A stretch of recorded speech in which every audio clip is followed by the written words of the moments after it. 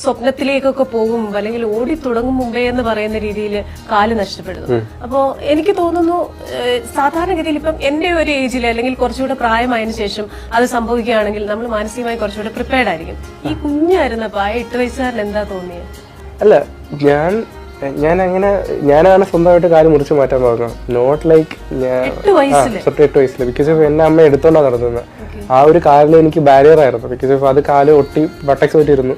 പിന്നെ അവർ നോക്കാൻ ശ്രമിച്ചു, അത് എൽ ഷേപ്പിലേക്ക് മാത്രമായി മാറി.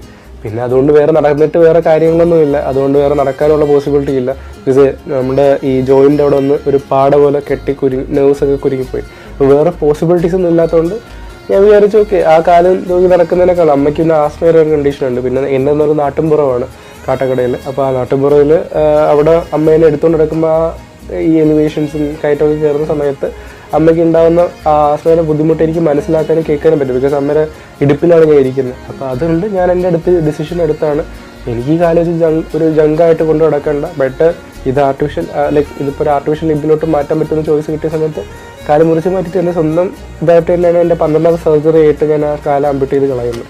അതിനുശേഷം പിന്നെ ഞാൻ സ്വന്തം കാലിൽ നടക്കാൻ തുടങ്ങി.